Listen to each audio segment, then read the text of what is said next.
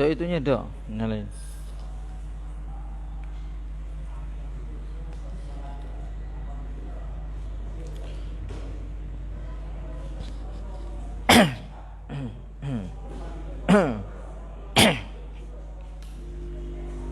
Deh, kok mau nih? Oke, cabut, cabut. Cabut, Kin. Bola ya kun cabut. Pegang pegang, tangannya primesinya kali. Lah.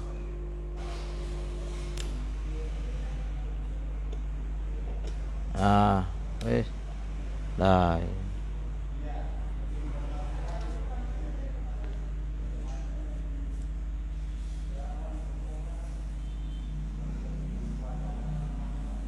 Ini kegedean deh.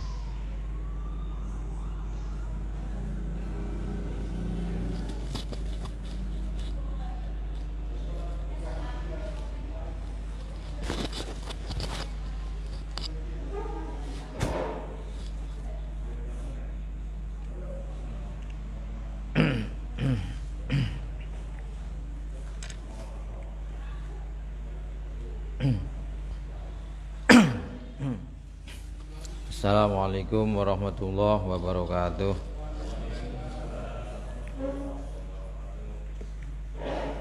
Bismillah, alhamdulillah, wassalatu wassalamu ala asrafil anbiya'i wal mursalin wa ala alihi wa sahbihi ajma'in. Allahumma sholli wa sallim wa barik ala hadzal nabiyil karim war rasulil azim Sayyidina Maulana Muhammadin sallallahu alaihi wasallam wa ala alihi wa sahbihi wa man tabi'ahum bi ihsan ila yaumiddin, amma ba'd. Yang kalau hormati jamaah pengajian waqiahan dan ngaos kitab Mukashafatul Qulub ingkang kula hormati, mangga sarang-sarang maos surat Al-Waqiah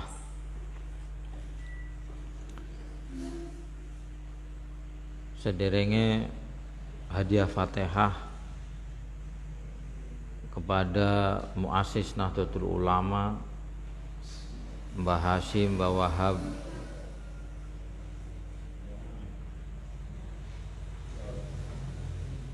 para ulama Nahdlatul Ulama Indramayu, Singaraja, Singajaya, khususnya Kiai Muflih bin Mukhtar, Kiai Supri bin Muflih,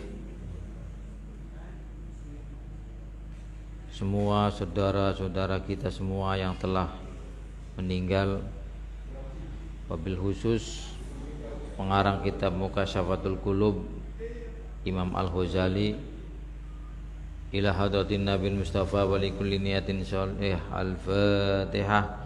A'udzu billahi minasyaitonir rajim. Bismillahirrahmanirrahim. Alhamdulillahi rabbil alamin. Ar-Rahmanir Rahim. Maliki yaumiddin. Iyyaka na'budu wa iyyaka nasta'in. Ihdinas siratal mustaqim. Siratal ladzina an'amta 'alaihim ghairil maghdubi 'alaihim waladdallin. Rabbighfirli wa liwalidayya amin. A'udzu billahi minasy syaithanir rajim. Bismillahirrahmanirrahim. Idza waqa'atil waqi'ah laisa liwaqa'atiha kadhibah khafidatur rafi'ah. Idza rujjatil ardu rajja wa bussatil jibalu bassa fakanat haba'an munbatha wa kuntum azwajan thalatha fa ashabul maimanati ma ashabul maimanah wa ashabul mas'amati ma ashabul mas'amah was-sabiquna as-sabiqun ulaikal muqarrabun fi jannah جنات النعيم ثلة من الأولين وقليل من الآخرين على سرر موضونة متكئين عليها متقابلين يطوف عليهم ولدان مخلدون بأكواب وأباريق وكأس من معين لا يصدعون عنها ولا ينزفون وفاكهة كما يتخيرون ولحم طير مما يشتهون وحور عين كأمثال اللؤلؤ المكنون جزاء بما كانوا يعملون لا يسمعون فيها لغوا ولا تأثيما إلا قيلا سلاما سلاما فأصحاب اليمين ما أصحاب اليمين في سدر مخضود وطلح ممدود وذل ممدود وماء مسكوب وفاكهة كثيرة لا مقطوعة ولا ممنوعة وفرش مرفوعة إنا أنشأناهن إنشاء فجعلناهن أبكارا عربا أترابا لأصحاب اليمين ثلة من الأولين وثلة من الآخرين وأصحاب الشمال ما أصحاب الشمال في سموم وحميم وذل من يحموم لا بارد ولا كريم إنهم كانوا قبل ذلك مترفين وكانوا يسرون على الخنز العظيم وكانوا يقولون إذا متنا وكنا ترابا وعظاما أئنا لمبعوثون أو آباؤنا الأولون قل إن الأولين والآخرين لمجموعون إلى ميقات يوم معلوم ثم إنكم أيها الضالون المكذبون لآكلون من شجر من زقوم فمالئون منها البطون فشاربون عليه من الحميم فشاربون شرب الهيم نحن خلقناكم فلولا تصدقون أفرأيتم ما تمنون أأنتم تخلقونه أم نحن الخالقون نحن قدرنا بينكم الموت وما نحن بمسبوقين على أن نبدل أمثالكم وننشئكم فيما لا تعلمون ولقد علمتم النشأة الأولى فلولا تذكرون أفرأيتم ما تحرثون أأنتم تزرعونه أم نحن الزارعون لو نشاء لجعلناه غضاما فظلتم تفكهون إنا لمغرمون بل نحن محرومون أفرأيتم الماء الذي تشربون أأنتم أنزلتموه من المزن أم نحن المنزلون لو نشاء جعلناه أجاجا فلولا تشكرون أفرأيتم النار التي تورون أأنتم أنشأتم شجرتها أم نحن المنشئون نحن جعلناها تذكرة ومتاعا للمقوين فسبح باسم ربك العظيم فلا أقسم بمواقع النجوم وإنه لقسم لو تعلمون عظيم إنه لقرآن كريم في كتاب مكنون لا يمسه إلا المطهرون تنزيل من رب العالمين أفبهذا الحديث أنتم مدهنون وتجعلون رزقكم أنكم تكذبون فلولا إذا بلغت الحلقوم وأنتم حينئذ تنظرون ونحن أقرب إليه منكم ولكن لا تبصرون فلولا إن كنتم غير مدينين ترجعونها إن كنتم صادقين فأما إن كان من المقربين فروح وريحان وجنة نعيم وأما إن كان من أصحاب اليمين فسلام لك من أصحاب اليمين إن كان من المكذبين الضالين فنزل من حميم وتصلية جحيم إن هذا لهو حق اليقين فسبح باسم ربك العظيم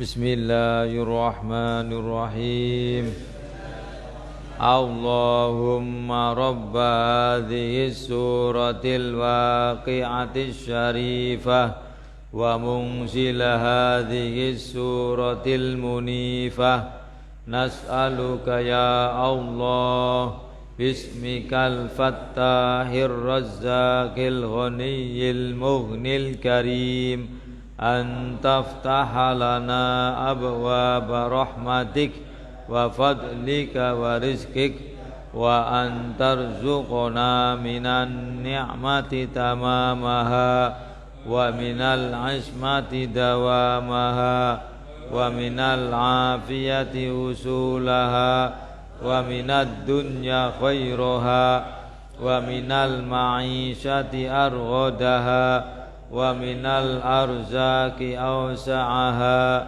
ومن الأموال أجزلها وأبركها ومن العلوم أنفعها ومن الأخلاق أحسنها ومن المطالب نيلها ومن الآخرة نعيمها وتغنينا من الفقر وتعافينا من الدين وتغنينا من الفقر وتعافينا من الدين وتغنينا من الفقر وتعافينا من الدين وتكرمنا بالإجابة والقبول يا أرحم الراحمين يا أرحم الراحمين يا أرحم الراحمين ارحمنا والمذنبين وصلى الله على سيدنا محمد وعلى آله وصحبه وسلم walhamdulillahi rabbil alamin. Mangga dibuka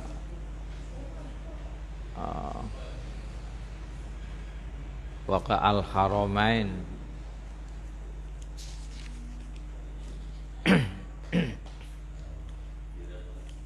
nomor 10 Al-Haramain Waqa Darul Kitab Al-Ilmiyah nomor 14.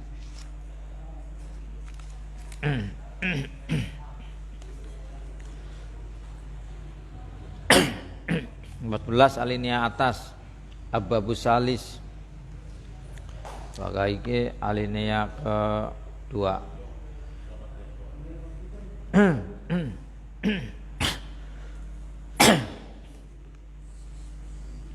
Bismillahirrahmanirrahim. Al-babus salisu utawi bab kang kaping 3 fis sabri ing dalam nerakan sabar wal maradilan sakit. Man utawi sapane wong iku aroda ngarepaken sapa wong ayan jua ing yen ta slamet sapa wong min adzabillahi saking siksane Allah wa yanalulan merkoleh sapa si wong sawabahu ing ganjarane Allah wa rahmatahu lan rahmate Allah wa yadkhululan manjing sapa si wong jannatahu ing suargane Allah falyanhi maka becik nyegah sapa si wong nafsahu ing awak dheweke wong an syahawati dunya saking pira-pira kepenginane dunia wal yasbir lan becik sabar sapa si wong ala sadaidiha ing atase pira-pira kerase dunia wa masaibiha lan pira-pira musibahe dunia kama qala kaya oleh berfirman ngendika sapa Allahu Gusti Allah taala hale maluhur Allah wallahu yuhibbus sabirin wallahu ta Gusti Allah iku yuhibbu demen sapa Allah as-sabirina ing pira-pira kang sabar wasabru tawi sabar iku ala aujuhin ing atase pira-pira warna wajah siji sabrun ala taatillah sabar ala taatillah ing atase taat maring Allah wa sabrunan sabar ala maharibihi ing atase pira-pira barang kang den haramaken Allah wa sabrun lan nomor telune sabar alal musibati ing atase musibah wa indas sodamatil ula sertane ing dalem sandinge sodamah pun apakah tampilan atau tamparan lah asal ula kang kaping pang awal faman mangka utawi sapane wong iku sabar sapa si wong bisa sabar sapa wong ala taatillah ing atase taat maring Gusti Allah aqtahu maka maringi hu ing man sapa Allah Gusti Allah taala hale mahlur Allah yaumal kiamati ing dalem dina kiamat maringi apa salah samiatin ing 300 apane derajatan tingkatane fil jannati ing dalam surga wa kullu darajatin utawi saben-saben tingkatan iku ma barang bainas samai kang tetep ing dalam antarane langit wal ardi lan bumi waman ulan utawi sapane wong iku sabaro bisa sabar sapa wong ala maharimillahi ing atase pira-pira barang kang den haramaken Allah aqtahu maka maringi hu ing man sapa Allah Gusti Allah taala hale malur Allah yaumal qiyamati ing dalam dina kiamat maringi apa sitamiatin ing 600 apane derajatan tingkatane kullu darajatin utai saben-saben tingkatan iku misluma umpamane barang penas samai kang tetep ing dalam antarane langit as-sabiati kang kaping 7 wal ardi lan bumi as-sabiati kaping 7 wa man utawi sapane wong iku sabaro bisa sabar sapa wong alal musibati ing atase nrima musibah ujian aqtahu maka maringi hu ingman sapa Allah Gusti Allah taala hale malur Allah yaumal qiyamati ing dalam dina kiamat maringi ing sab'amiatin ing 700 apane derajatan derajate fil jannati ing dalam surga kullu darajatin utawi sabang tingkatan iku ma barang bainal arsy kang tetep ing dalam antarane aras ila saro tumeka maring saro tulintang bintang. Nah, man aroda ayan jua min azabillahi ini bab menjelaskan tentang belajar sabar dan nerima ketika kena musibah sakit atau apa baiklah sakit atau yang lainnya lah kena malapetaka dan bencana. Man aroda ayan jua min azabillahi yanalu sawabahu wa rahmatahu barang siapa yang menginginkan selamat dari siksa Allah. Jadi siksa Allah itu ada dua, ada siksa yang di dunia, ada yang di akhirat. Dunia, alam kubur dan akhirat. Wa yanalu sawabahu, tapi dan bahkan mendapatkan pahala dari Allah. Jadi wa rahmatahu, lan rahmatnya Allah. Jadi pahala dan rahmatnya Allah itu identik dengan hal-hal yang bersifat kebaikan. Jadi hal-hal yang bersifat kebaikan itu berarti rahmat dan ganjaran. Jadi pahala itu bisa mempengaruhi kebahagiaan dalam hidup. Misalnya kita berpuasa, itu kan mendapat pahala. Karena berpuasa akhirnya mempengaruhi pikirannya menjadi tenang, hatinya damai. Ketika pikirannya tenang dan damai, maka berbagai macam persoalan kehidupan di dunia ini Allah dengan begitu mudah ditunjukkan solusinya. Itu kan namanya rahmat, namanya pahala.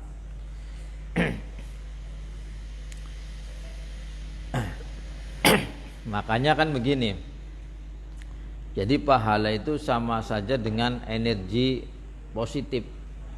Jadi barang siapa yang misalnya begini, ada di jalan ada paku, kemudian kita singkirkan. Nah itu kan kalau dalam bahasa agama itu kan disebut dia mendapatkan pahala. Kenapa? Karena menyelamatkan orang. Nah, kalau dalam bahasa saintifik berarti dia mendapatkan energi positif. Dan setiap energi positif yang telah kita tabung ini nanti akan berubah menjadi sesuatu yang kita butuhkan gitu. Kalau misalnya kita lagi sakit, maka energi positif yang telah kita tabung, amal-amal kebaikan yang pernah kita lakukan itu akan berubah menjadi obat atau minimal akan menyepot mental sehingga mentalnya itu semakin semangat dalam menjalani hidup. Kesemangatan dalam menjalani hidup itu adalah ciri-ciri orang yang segala macam penyakit yang dialami akan sembuh gitu loh. Jadi mentalitas semangat dalam hidup itu sangat penting, sangat-sangat berpengaruh ya. Wa yadkhulu jannatahu, dan dia akan masuk ke surganya. Ya ingat, jadi kata istilah jannah ya. Jannah itu kan bahasa Arab. Kalau bahasa Jawanya ya surga itu ya bahasa Jawa, surga itu ya Indonesia gitu loh. Jadi bedanya begitu. Tapi istilah jannah itu bukan hanya di akhirat. Karena jannah itu artinya kebahagiaan, lah kebahagiaan itu kan di dunia juga ada. Jadi ada kebahagiaan di dunia dan kebahagiaan di akhirat. Sebenarnya hampir sama. Cuma bedanya kalau kebahagiaan di akhirat itu 1000 kali lipat kenikmatannya. Kalau di dunia, cobalah bayangkan saja. Apa sesuatu yang kita anggap paling nikmat di dunia? Apa? Dan setiap orang itu mesti beda-beda.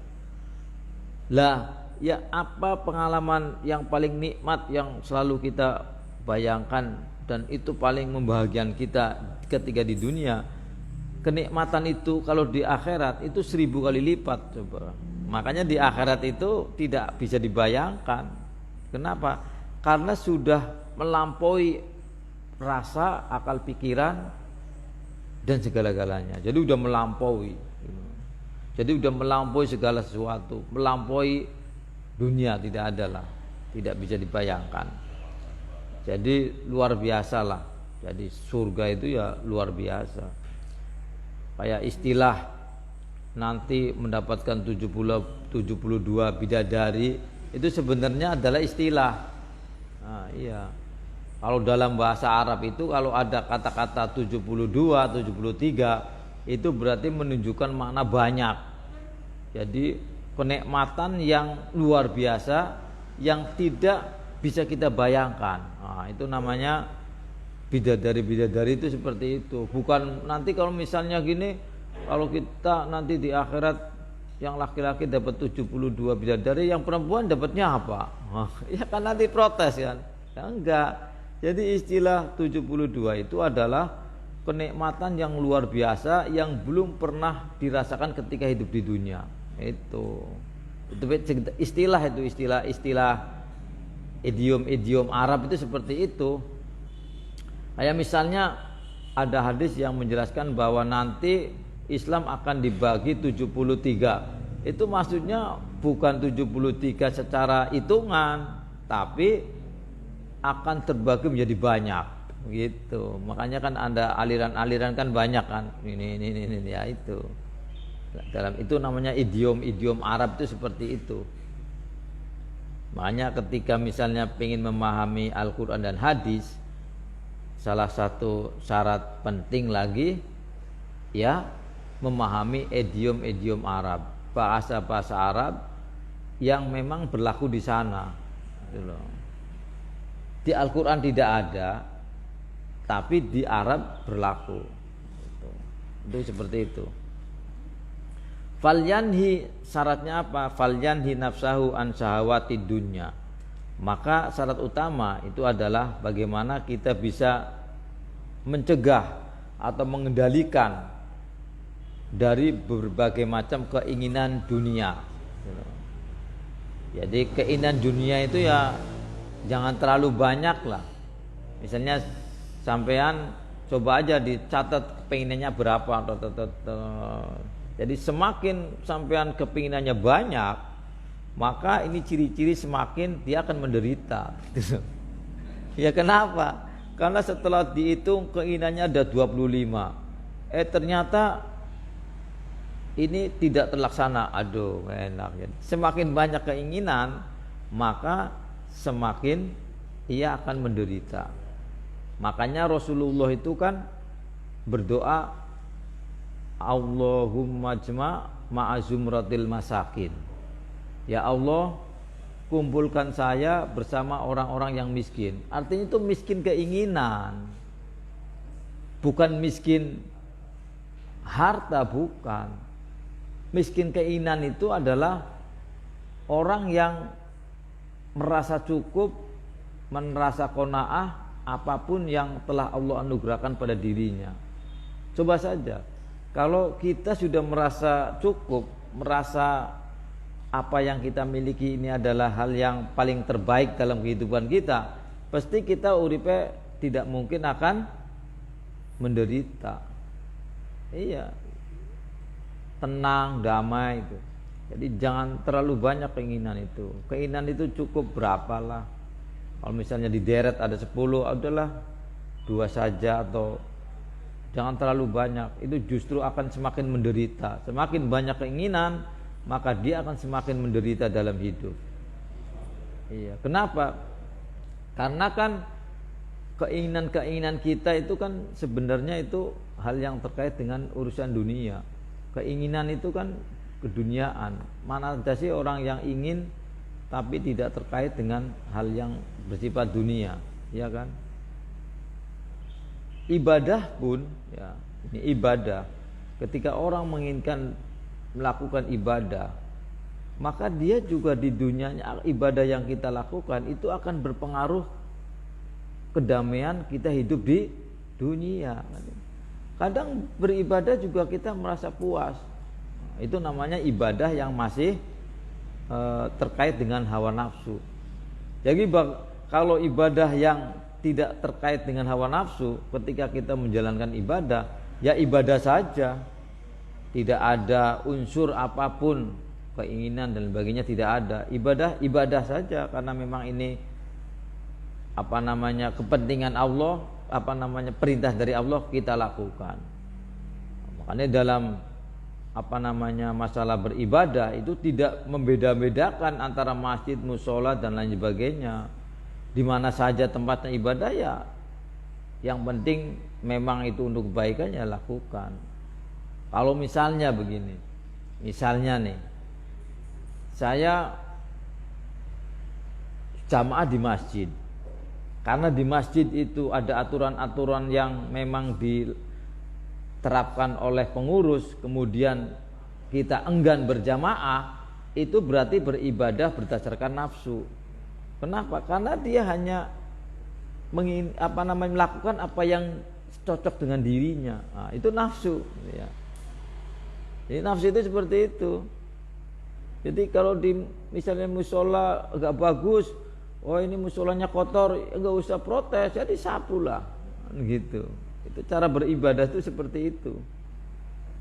Iya. Kalau misalnya wah saya ini sholat di sini nggak cocok misalnya dengan imamnya, karena imamnya bacaannya nggak enak pada salah, ya itu juga termasuk nafsu. Ya nggak masalah, misalnya imamnya bacaannya salah misalnya, tapi kemudian kan di antara jamaah itu kan ada yang diterima. Kalau yang di antara jamaah yang sholatnya ada diterima, berarti kita kan sholatnya diterima juga. Iya. Kecuali kalau misalnya imamnya baca salah, kemudian dia tidak mau belajar, berarti harus ditegur. Tegurnya pun ya harus 4 mata. Kalau nggak mau, ya berarti ya kan ada pengurus musola atau masjid, itu harus didiskusikan gitu loh. Karena belum tentu orang yang bacaan sholat bacanya tuh Qur'annya salah tidak diterima, itu belum tentu. Kalau dalam paham tasawuf ya kata Al-Ghazali ini, belum tentu orang yang bacaannya salah ini sholatnya tidak diterima, itu belum tentu. Kadang-kadang orang yang bacaannya salah itu justru dia lebih ikhlas. Karena lebih ikhlas akhirnya ya Allah terima. Kayak contohnya dulu, jadi Imam Al-Ghazali, ini Imam Al-Ghazali, ada gurunya itu namanya Syekh Siraj.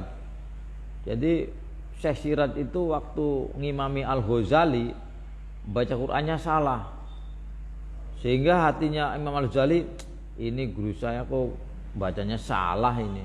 Tapi Syekh Siraj itu tahu bahwa Al-Ghazali itu ngomong begitu salam, orang sholat kok ngedungul hatinya, langsung dia ngomong. Oh, barang setelah itu ternyata di suatu ketika malam itu ada harimau datang, harimau besar tinggi. Al-Ghazali takut lah, ama Syekh Siraj itu harimau itu cuma cukup diginihin aja langsung tunduk. Itu artinya apa? Setelah itulah Al-Ghazali benar-benar pengen mendalami tasawuf. Dulunya Al-Ghazali itu orang yang rasional, semuanya serba harus fikih semuanya. Nah itu dari situ Al-Ghazali itu seperti itu. Jadi akhirnya dia mendalami tasawuf. Kan kayak dulu juga banyak kan orang-orang Jawa itu yang ketika wirid oleh kiainya disuruhnya ya Hayyu ya Qayyum, tapi bacanya ya Kayyuku ya Kayyumu. Tapi yang karena memang dia ikhlas, terus mantep, yakin, ya dikabulkan oleh Allah. Iya, karena Allah itu kalau tasawuf ini ya, tapi ya harus ada keseimbangan. Al-Ghazali itu yang antara syariat dan tasawuf harus disesuaikan. Cuman kita jangan terlalu melemahkan orang yang ketika bacaannya kurang bagus atau salah, jangan. Karena belum tentu dia sholatnya tidak diterima. Itu maksudnya seperti itu. Tapi ya kita harus belajar supaya bacaannya betul. Nah, itu ya. Jadi wal yasbir ala sadaidiha, dan kita mesti bersabar dengan berbagai macam persoalan hidup. Jadi setiap orang ini memiliki persoalan hidup masing-masing, memiliki musibah masing-masing, ujian masing-masing, tidak beda, tidak sama. Kenapa? Karena memang Allah tahu ini pasti akan bisa, akan mampu dan sebagainya. Jadi tidak usah membanding-bandingkan diri kita dengan yang lain, karena memang sudah ada ukurannya masing-masing. Allah sudah menciptakan kita seperti ini, ada ukurannya, ada ujinya seperti apa. Ini semuanya sudah ada di Lauh Mahfuz, semuanya sudah tertulis. Kita tinggal menjalaninya saja dengan sabar. Jangan misalnya kena musibah, ya innalillah gitu. Tapi kita harus menerima dengan tulus ikhlas. Karena ketika kita menerima ujian dengan tulus ikhlas, berarti secara otomatis kita ujiannya itu lulus. Ketika lulus, berarti kita akan naik pangkat. Ya kan orang juga, anak-anak sekolah juga kalau pengen kelas 5, pengen naik kelas 6 ya ada ujiannya. Ya kita juga seperti itu. Hidup itu ya ada ujiannya. Jadi dalam hidup itu aja. Yang penting ketika kita mendapatkan apa-apa yang tidak kita inginkan, kita mesti bersabar. Jangan mencaci maki Allah, jangan Rasulullah atau bilang dan sebagainya, nggak usah. Terima aja. Karena memang itu sudah terjadi. Hal yang sudah terjadi itu kan sudah tidak mungkin digagalkan, memang sudah terjadi. Nah, seperti itu. Jadi terima aja. Kalau kita sudah bisa menerima, wallahu yuhibbus shabirin. Allah itu demen pada orang-orang yang bisa bersabar. Kalau sudah Allah demen, maka segala-galanya Allah akan berikan kepada kita. Apa saja. Nah, sabar ini ada 3 macam. As-sabru ala aujuhin, sabrun ala taatillah. Yang pertama taat kepada Allah.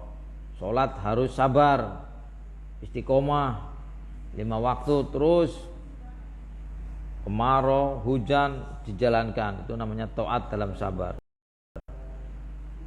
Sabrun ala maharimihi. Nah, ini sabar di dalam hal-hal yang Allah larang.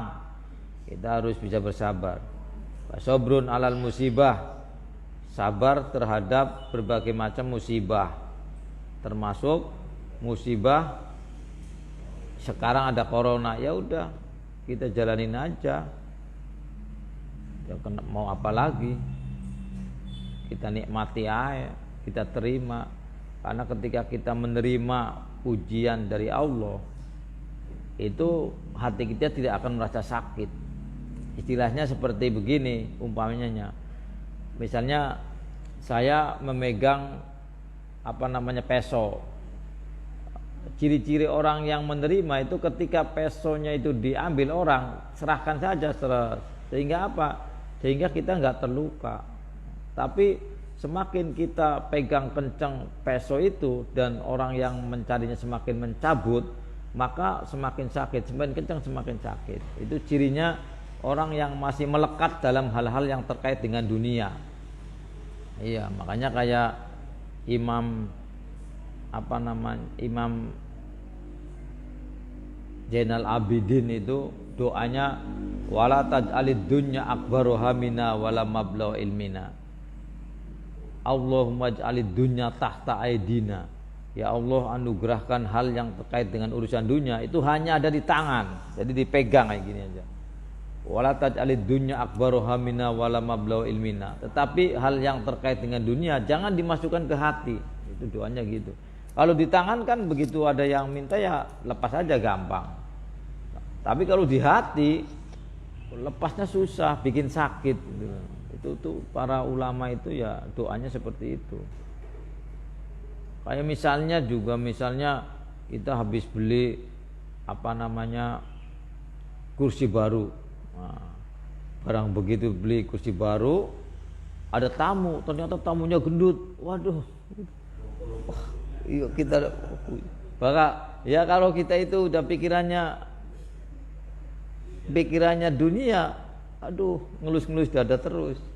Tamunya pergi langsung dilihat, aduh rupak enggak. Jadi hidupnya enggak akan enak lah.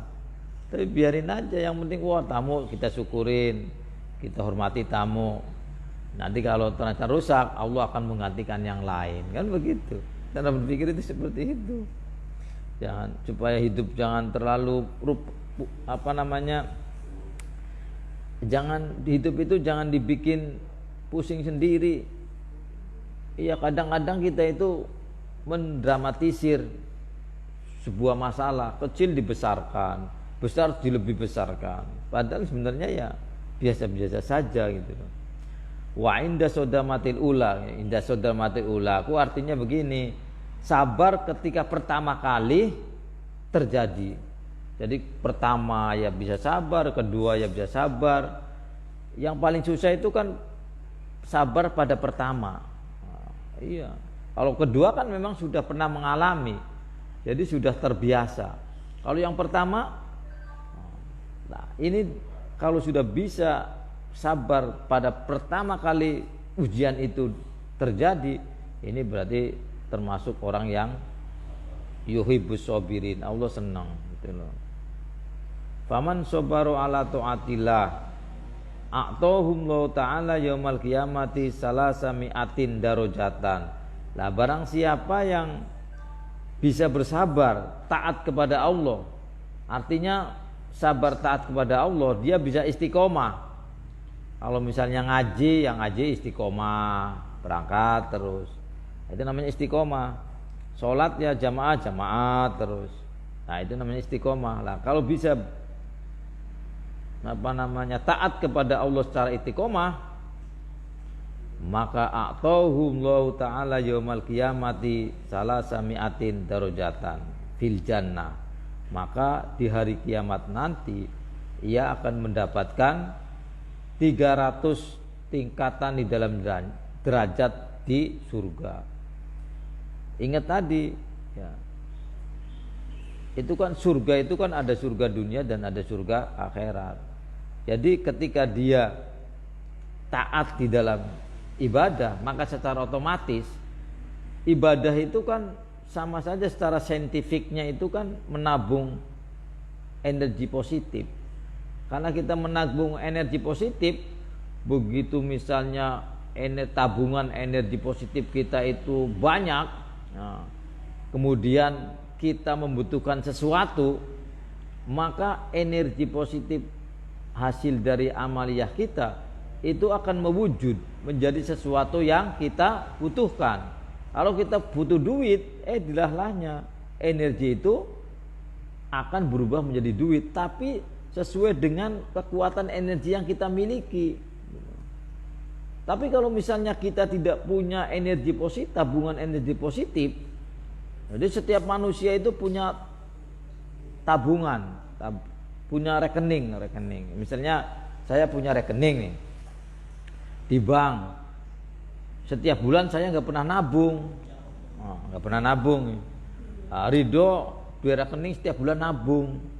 Begitu mau lebaran kan butuh duit semuanya. Saya sama Ridho datang ke bank.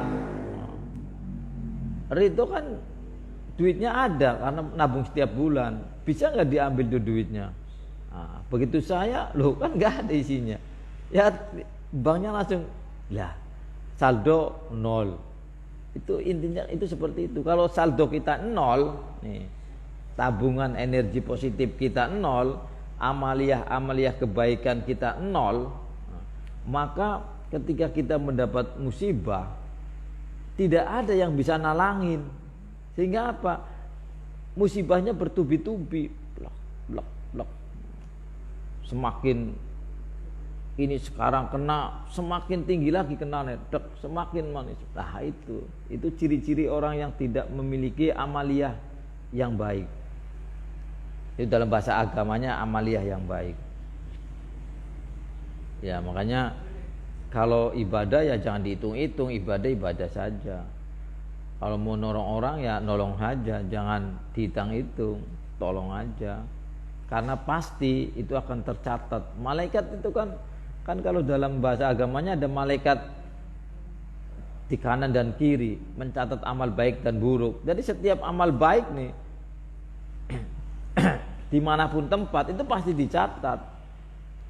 Tapi kalau malaikat itu nyatatnya itu tergantung keikhlasan. Kalau ikhlas tambah gede gitu loh.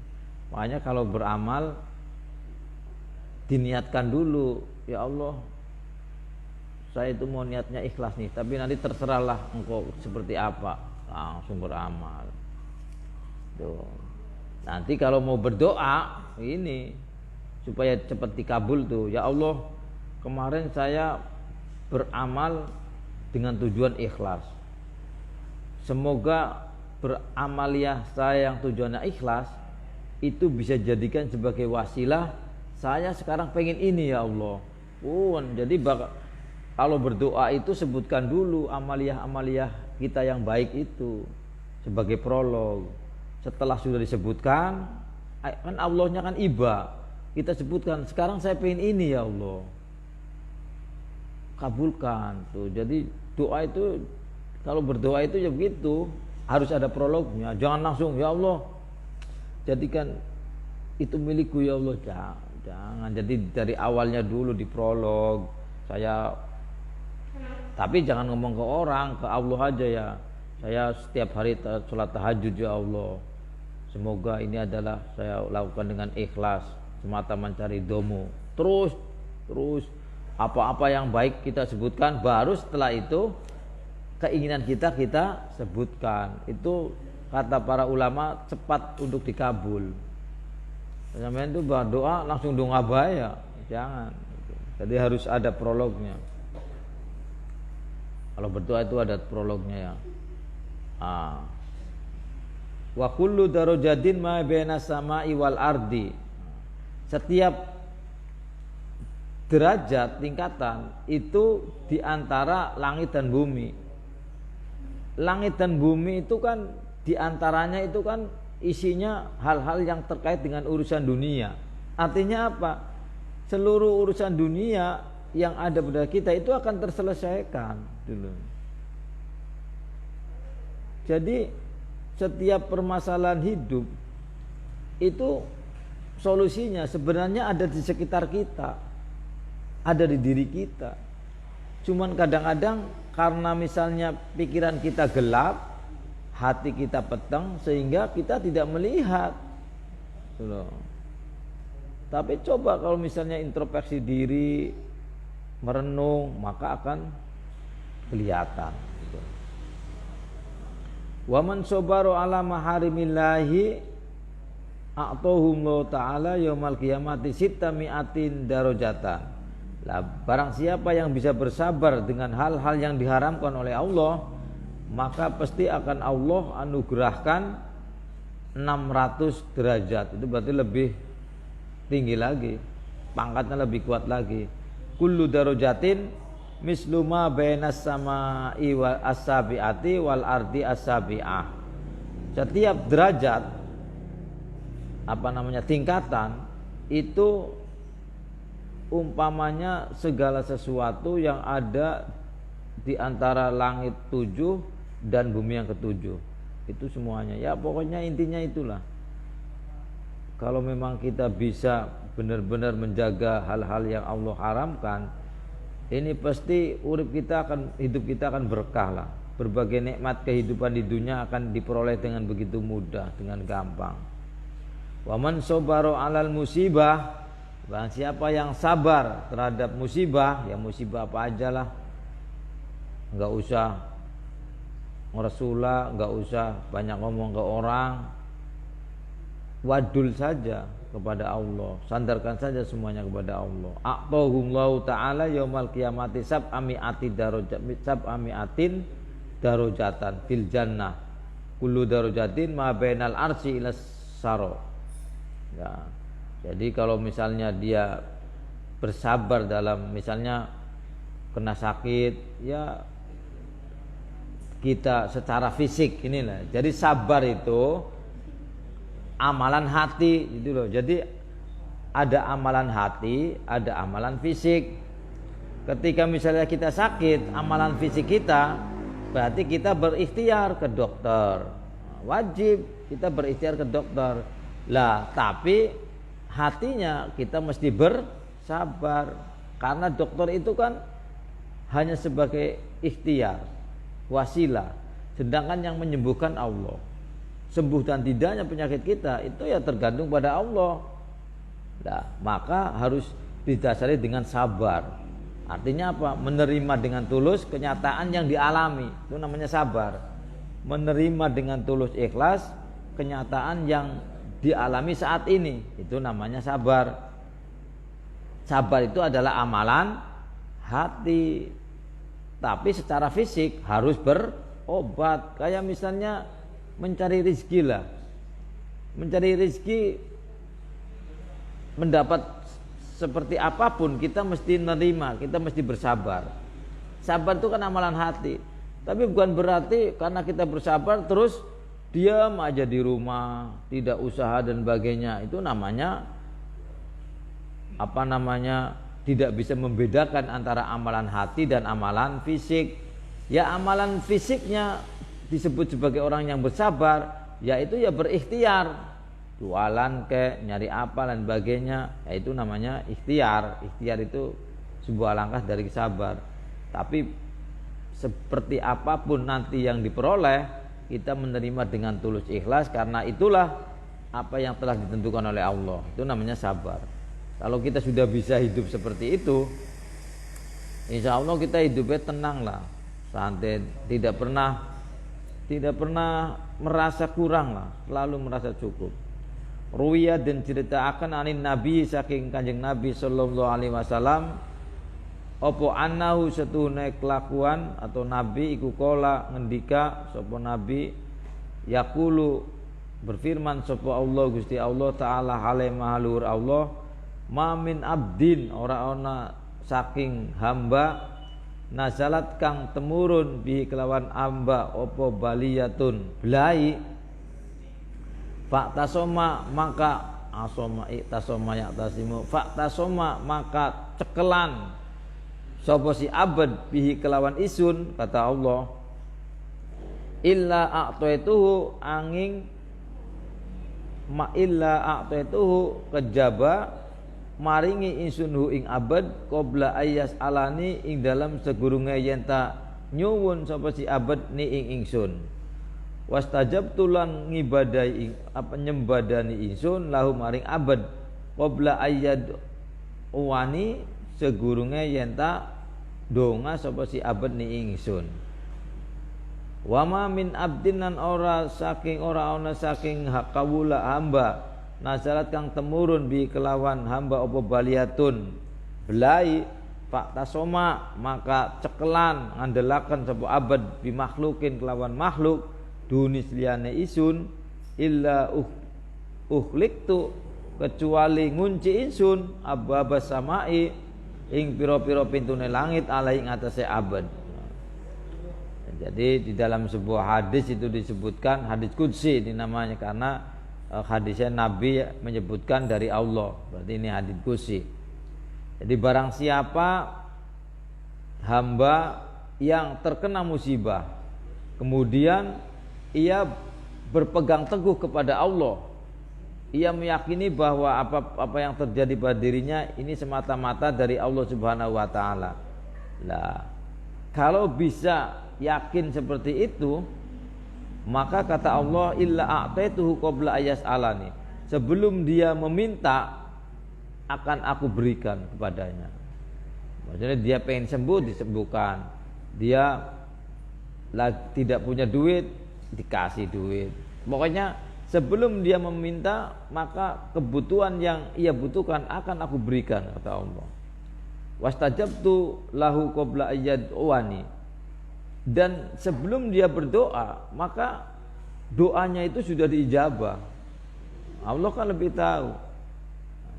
Jadi ini pokoknya yang paling enak ini ya, apapun yang terjadi dalam kehidupan kita, enak belenak, udahlah kita nikmati saja, kita terima dengan tulus ikhlas di dalam hati. Itu amalan hati. Tapi amalan fisiknya kita harus berikhtiar, berusaha untuk menyelesaikan. Ya ada dua, jangan dicampur aduk antara amalan hati dan amalan fisik. Amalan hati ya amalan hati, amalan fisik ya fisik. Amalan hati ya menerima dengan tulus ikhlas, itu sabar. Amalan fisiknya berikhtiar, itu sabar. Kalau tidak berikhtiar berarti amalan fisiknya dia tidak bersabar. Kenapa? Karena tidak ada usaha. Usaha itu adalah bentuk dari sabar secara fisik, gitu. Wa ma min abdin nazalat fi baliyatun fa'tasama bi makhluqin duni illa ukhliqtu abwabas samai alai. Nah, barang siapa yang hamba yang terkena musibah kemudian ia minta pertolongan kepada selainku, kata Allah, maka akan aku tutup pintu langit untuknya. Sehingga apa? Berbagai macam persoalan yang ia alami itu kandas dan tidak bisa menyelesaikan. Itu loh. Iya, karena memang yang bisa menyelesaikan masalah itu kan Allah. Manusia itu kan hanya wasilah. Kita ikhtiar ya hanya sebagai ikhtiar saja. Tapi hakikatnya ya Allah. Kalau Allah sudah bilang kun, ya fayakun. Jadilah maka jadi. Karena segala sesuatu yang di alam semesta ini semuanya dikendalikan oleh Allah. Fayajibu lah, kalau di sini nih ada ceritanya ini. Ada cerita Hukiya anna Zakaria alaihissalam haruba minal Yahudi. Di al-ilmiyah ini ada ini. Hukiya anna Zakaria alaihissalam haruba minal Yahudi faqafu atharuhu. Kifu faqifu faqafu asaruhu. Falamma danu minhu ro'a sajaratan faqala laha ya sajaratu adkhilini fika fangsakut as-sajaratu fadawla fiha tumas. Nah ini jadi ceritanya begini. Jadi Nabi Zakaria itu pada satu ketika menghindar orang Yahudi.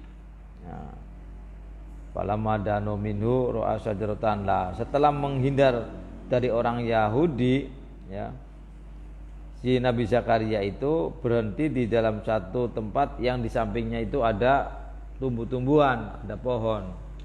Setelah ada pohon, kemudian Nabi Zakaria itu menyuruh ke pohon, ya sajaratu adkhilini fika.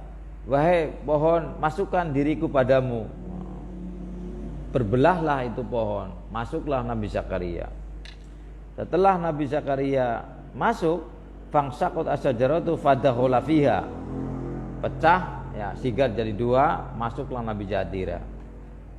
Summa iltamat alaihi. Nah, setelah Nabi Zakaria sudah masuk, maka pohon itu menjadi rapat kembali, menyatu. Iltamat. Fa asyara alaihim iblisu ayyatu bil minsari. Nah, kemudian datanglah iblis memberikan isyarat kepada orang-orang Yahudi bahwa di dalam pohon itu ada Zakaria yang dicari. Akhirnya apa? Setelah itu apa? Iblisnya itu menyuruh ayyatu bil minsar. Coba kamu wahai Yahudi carilah gergaji, nyari gergaji. Setelah nyari gergaji, wa yasfuha nisfaini, ya wis pohonnya itu belah aja jadi dua, belah. Terus padahal di dalamnya ada Nabi Zakaria. Hatta yamutu fiha, sehingga Nabi Zakaria itu mati, kan dibelah dua sih. Fafa'alu kama qala iblis wa dzalika haitsu itasama bisajarati. Lah demikianlah ketika kita kayak contohnya itu Nabi Zakaria mengandalkan kepada pohon, tapi justru dia mati di dalam pohon. Itulah gambarannya kalau kita bersandar kepada selain Allah. Iya, jadi tapi ya Nabi Zakaria karena nabi, ketika digergaji diam aja, nggak ngomong sakit nggak apa. Kalau seandainya ngomong ada dan sebagainya, itu dicabut kenabiannya. Makanya ada dalam sebuah hadis, Zakaria lamuna, kalau kamu itu bilang atau aduh, saya cabut kenabiannya. Makanya digergaji diam aja. Ya karena itu kan musibah. Jadi semakin imannya kuat, semakin tingkatannya tinggi, ya semakin banyak ininya ujiannya. Makanya kan nabi-nabi yang mendapat predikat ulul azmi, ya kan, yang 5 nabi itu kan ujiannya kan berat-berat, kayak Nabi Muhammad, Nabi Ibrahim, Nabi Nuh, Nabi Musa, Nabi Isa, itu kan ujiannya berat-berat, paling berat di antara nabi-nabi, sehingga diangkat menjadi ulul azmi, itu nabi-nabi yang memiliki kemuliaan yang luar biasa itu. Jadi istilahnya ketika ada musibah, ada masalah yang besar, kita jangan kecil hati, tapi dihadapi dengan ikhlas, tulus, menerima, karena boleh jadi ini adalah cara Allah untuk mengangkat derajat kita semakin lebih baik. Nah, itu satu. Tapi begini, ini satu. Kedua, ketika musibah itu berulang kali terjadi, nah berarti ini kita yang harus waspada. Kenapa ini bisa terulang kali, 2 kali terjadi? Kita yang harus introspeksi, kita yang harus menteliti kenapa ini, sebab-sebab ini bisa terjadi berkali-kali. Berarti itu ulahnya kita sendiri dulu. Kalau sudah berkali-kali, makanya ciri-ciri orang yang imannya sempurna itu tidak akan terjadi kepada masuk ke lubang 2 kali yang sama. Gambarnya seperti itu. Iya, jadi kalau misalnya ini anak misalnya minggu ini anaknya sakit, minggu ini istrinya, minggu ini dirinya, muterlah. Kalau sudah seperti ini hal yang terjadi, berarti cepat-cepat introspeksi, ada apa nih dulu. Kalau kita tidak, biasa saja, berarti itu keteledoran diri kita. Lalu itu, berarti karena pola hidup itu kan sebenarnya sudah ada. Makanya kita itu sebenarnya sudah dikasih tahu pola menjalani hidup. Ada ciri-cirinya. Kan ada kan orang yang muter-muter sakit terus. Ini pasti ini ada yang salah dia dalam hidupnya. Harus diberesin ini. Kalau enggak, ya terus gitu loh. Atau kayak orang yang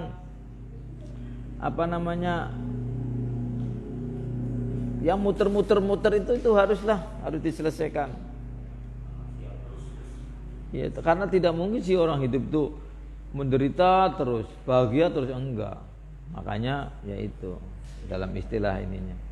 Makanya ya orang yang berimannya sempurna itu adalah orang yang tidak mungkin akan jatuh kedua kalinya terhadap lubang yang sama. Gitu. Jadi dia harus introspeksi. Introspeksi itu penting untuk mencari kenapa ini bisa terjadi. Gitu.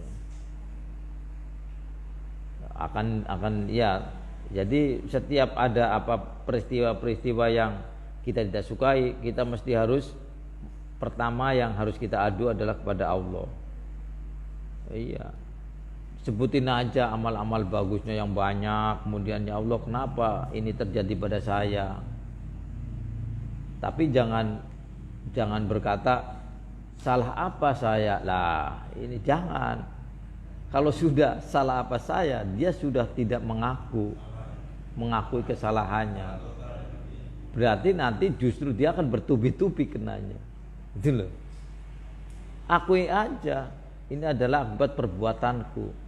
Tapi kami pengen ke depan semakin lebih baik, ya Allah tunjukkan jalan yang terbaik. Kan gitu. Nanti kan Allah nunjukkan. Jangan salah apa, ya. Akan berulang.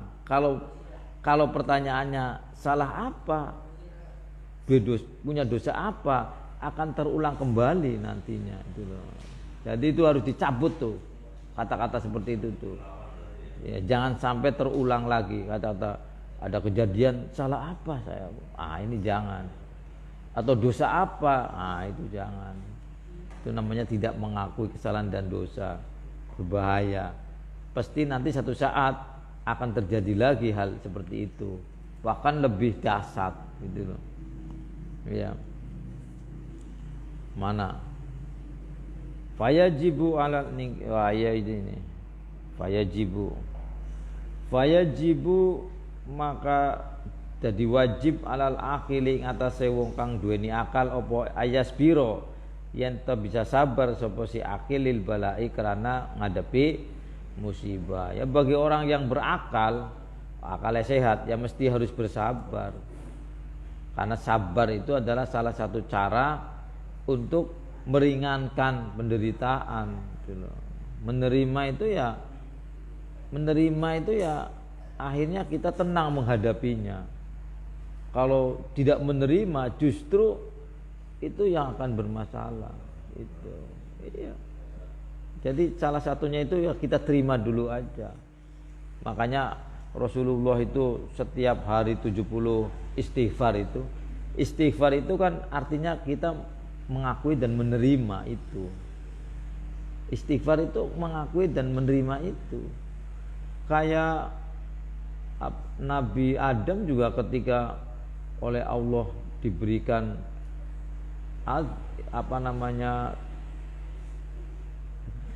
dijatuhkan, diturunkan ke bumi, itu ya langsung Rabbana dzolamna, mengakui Rabbana dzolamna, ya Allah kami telah melakukan zalim pada diriku. Itu jadi mengakui Rabbana dzolamna anfusana wa illam taghfir lana wa tarhamna lanakunanna minal khosirin. Jadi langsung mengakui. Itu ciri-ciri nabi, itu ciri-ciri orang yang beriman itu ketika mendapat satu kejadian yang tidak disukai, dia langsung mengakui kesalahan dirinya. Sehingga dia berusaha untuk memperbaiki. Kalau tidak mengaku kesalahan dirinya, justru melihat saya seperti ini gara-gara ente, gara-gara ini, akhirnya dia tidak akan memperbaiki dirinya. Kenapa? Karena dia menganggap ini adalah terjadi karena dia, karena orang lain, bukan karena saya. Akhirnya apa? Dia hidupnya tidak akan semakin baik, ya begitu-begitu saja. Makanya jangan hidup selalu menyalahkan orang lain. Introspeksi dirilah. Wala yaskulan aja wadul sapa si akil. Iya ya, fayanju maka selamat sapa si akil min adzabid dunya, saking siksa dunia. Oh, ya. Ketika mendapat bencana atau mendapat ujian, tidak usah curhat ke sana kemari, ke siapa saja dicurhatin dan sebagainya. Justru dia nanti akan semakin menderita. Kenapa? Karena yang kita curhati itu tidak bisa menyelesaikan masalah. Yang bisa menyelesaikan masalah itu sebenarnya diri kita sendiri gitu loh. Makanya kata Allah, ya sudah terima saja bahwa itu adalah kesalahannya, kemudian introspeksi diri dan beristighfar, memperbaiki kehidupannya. Sehingga dia tidak akan terhindar min adzabid dunya wal akhirah, sehingga dia akan terhindar dari siksa, dari penderitaan di dunia dan penderitaan di akhirat. Li'anna asaddal balai, karena setuhune luweh asadda, luweh abot-abote belai iku alal anbiya'i wal auliya'i, ingatasi piro nabi dan piro-piro wali. Jadi pira-pira beberapa kekasih Allah dan para nabi itu ujiannya itu lebih dahsyat, lebih kuat daripada orang-orang biasa. Wa qala lan ngendika sapa Al-Junaidi, Imam Junaid Al-Baghdadi Asy-Syafi'i. Jadi Imam Junaid Al-Baghdadi itu adalah sufi yang pertama, yang awal, yang oleh Imam setelah Hasan Al-Basri ya. Jadi Hasan Basri itu Junaid Al-Baghdadi, ya setelahnya inilah Hasan Al-Basri dan Rabi Adawiyah, kemudian Al-Karhi, yakin Junaid Al-Baghdadi. Jadi Junaid Al-Baghdadi itu seorang sufi besar yang pemikirannya diambil oleh NU. Jadi NU itu dalam bertasawuf, berakidah itu mengikuti paham Imam Junaid Al-Baghdadi dan Al-Ghazali. Dalam bertasawuf itu mengikuti Imam Junaid Al-Baghdadi dan Al-Ghazali, itu NU. Bukan. Ya karena Syekh Abdul Qadir Jilani itu kan murid di bawahnya. Jadi Imam Junaid itu yang awal. Jadi kalau fikihnya itu mengikuti 4 mazhab, Imam Syafi'i, Hanafi, Maliki dan Hambali, salah satunya saja tuh, jangan dicampur baur. Kalau akidahnya mengikuti Asy'ari dan Al-Maturidi. Ya. Kalau tasawufnya mengikuti Imam Junaid Al-Baghdadi dan Al-Ghazali. Jadi itu NU itu ikutnya seperti itu. Kalau Syekh Abdul Qadir Jailani yaitu masih sebagian dari Imam Junaid Al-Baghdadi. Karena cara berpikirnya itu yang mengikuti Imam Junaid Al-Baghdadi, maka diambilnya yang paling awal. Jadi makanya Imam Junaid Al-Baghdadi ini kan pada abad 298 Hijriah. Jadi Imam Junaid Al-Baghdadi itu muridnya Asy-Syafi'i. Jadi Imam Syafi'i itu kan lahir 204, meninggal 254. Lah kalau Al-Baghdadi itu meninggal 298, jadi muridnya. Makanya Imam Junaid Al-Baghdadi meskipun memiliki metodologi tasawuf, tapi fikihnya ngikuti Imam Syafi'i. Makanya jadi banyak. Al-Ghazali, Imam Al-Ghazali itu sebenarnya kalau pengen jadi mazhab, bikin mazhab sendiri itu bisa.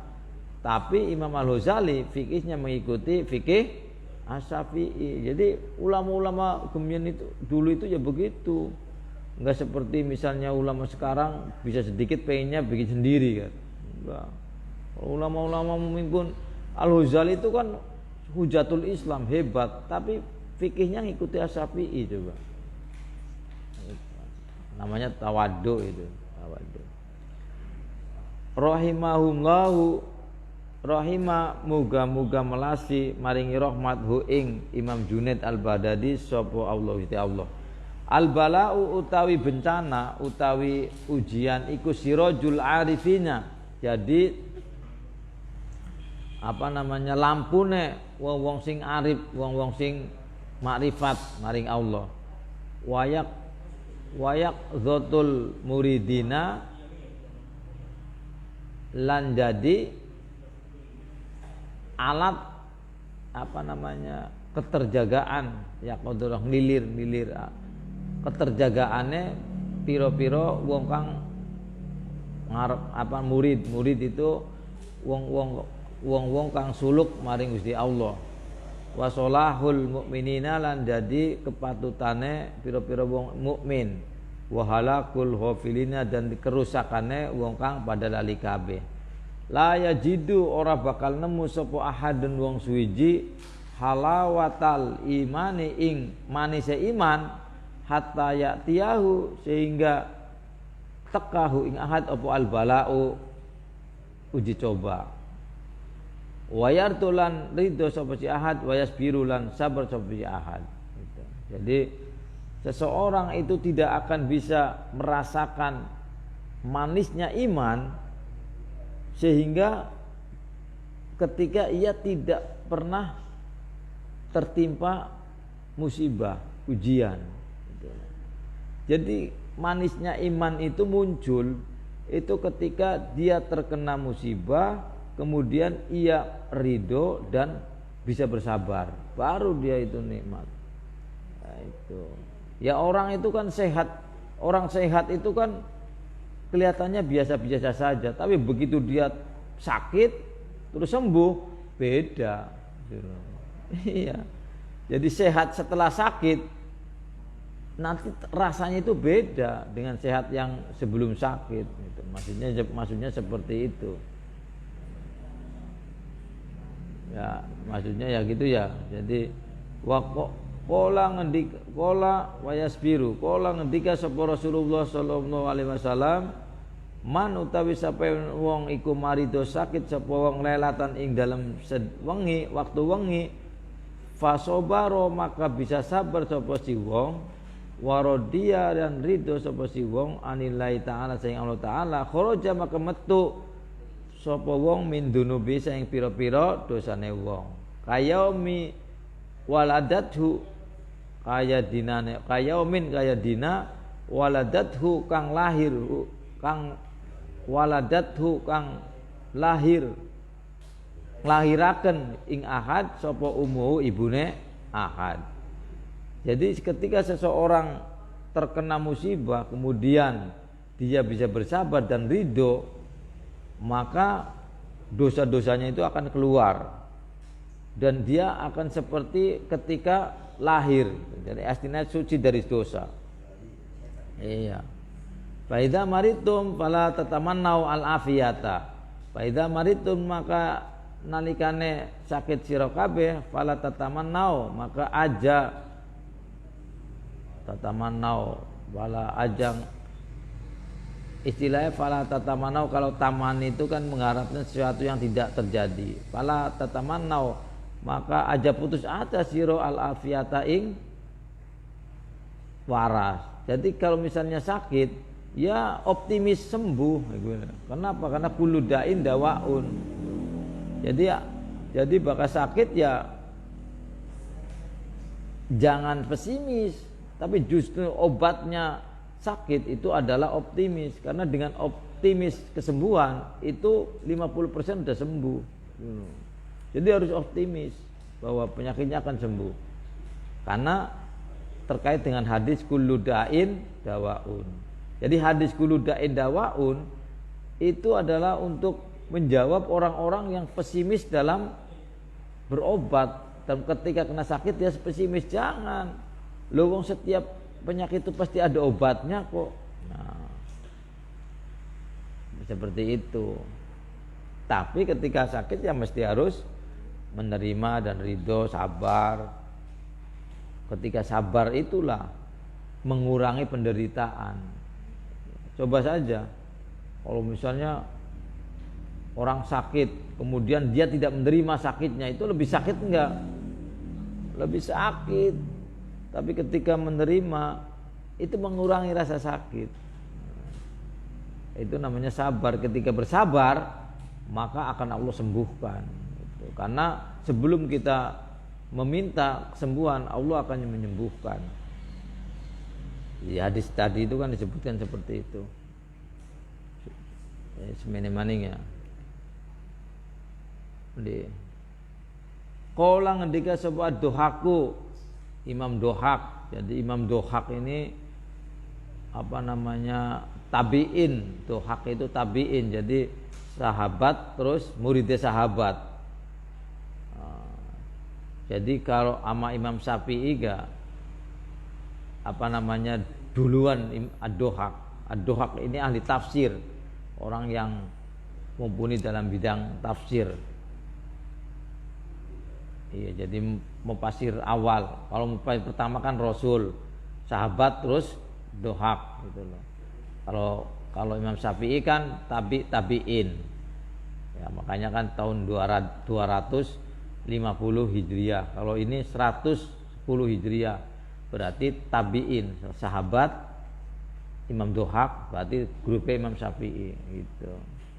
Nah, ini Imam Dohak itu menjelaskan qala ad-dohaku man lam yubtal, man utai sapane wong iku lam yubtal ora den coba sapa wong baina kulli arba'ina ing dalam antarane 40 apane latan dinane bibaliyatin kelawan belai au hamin atau susah au musibatin atau musibah falaisa maka ora ana iku kadue man indallah ing dalam Gusti Allah apa khairun bagus. Siapa yang zaman 40 hari tidak Allah berikan uji coba, apakah dia sakit atau ada sesuatu yang tidak enak yang terjadi atau dia merasa resah misalnya, ya itu termasuk orang yang tidak baik gitu loh. Jadi orang yang baik itu ya orang yang memang dalam hidupnya sebelum 40 hari itu pasti ada hal-hal yang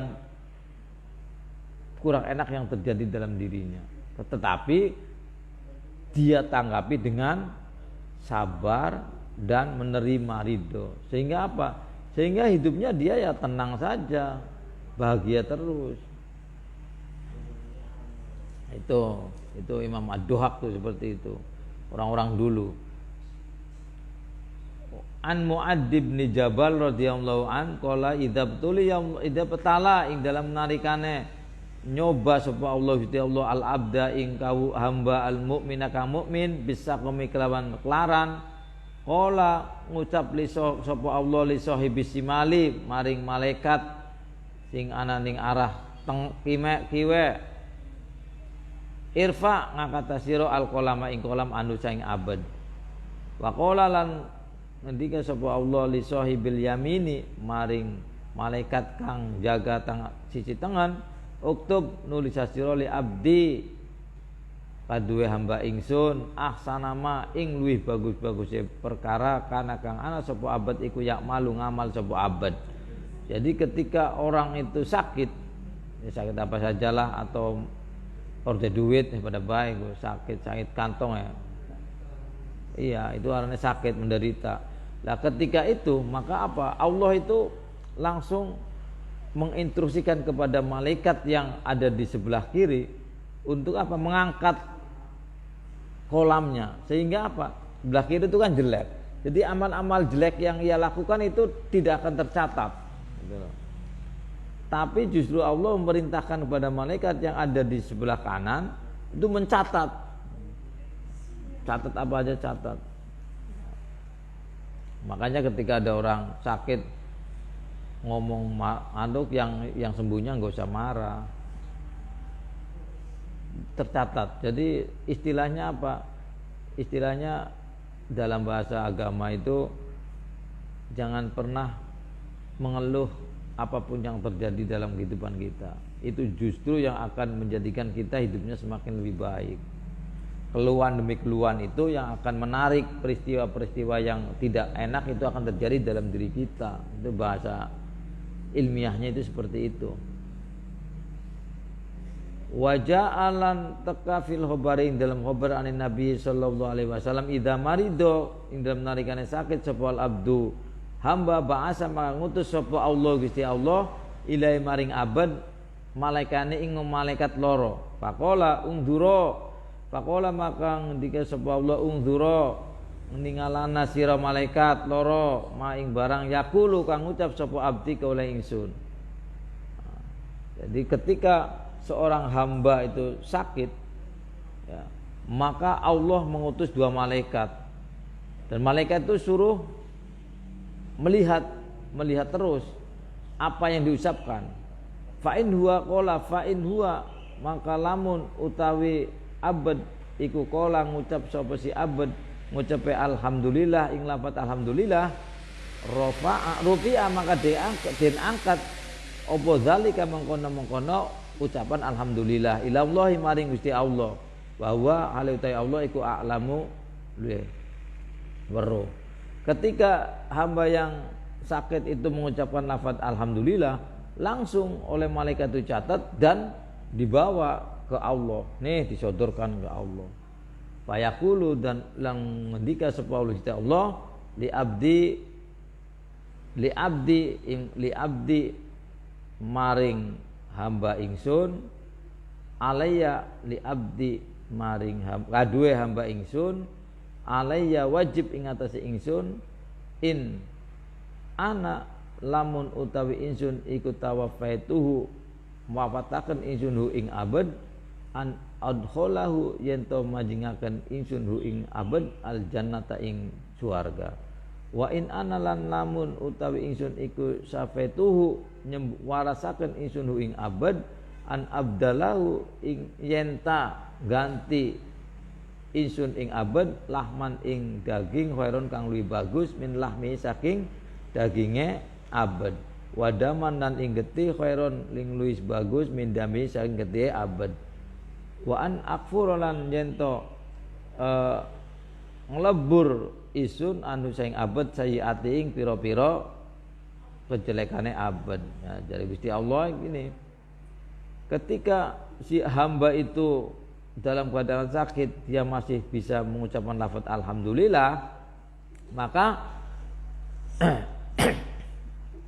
ketika hamba itu Allah wafatkan dia pasti masuk surga.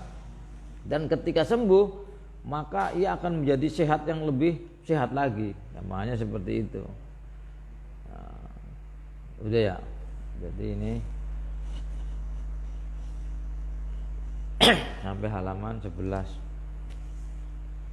Terima kasih Bungi. Wallahul muwaffiq ila thoriq.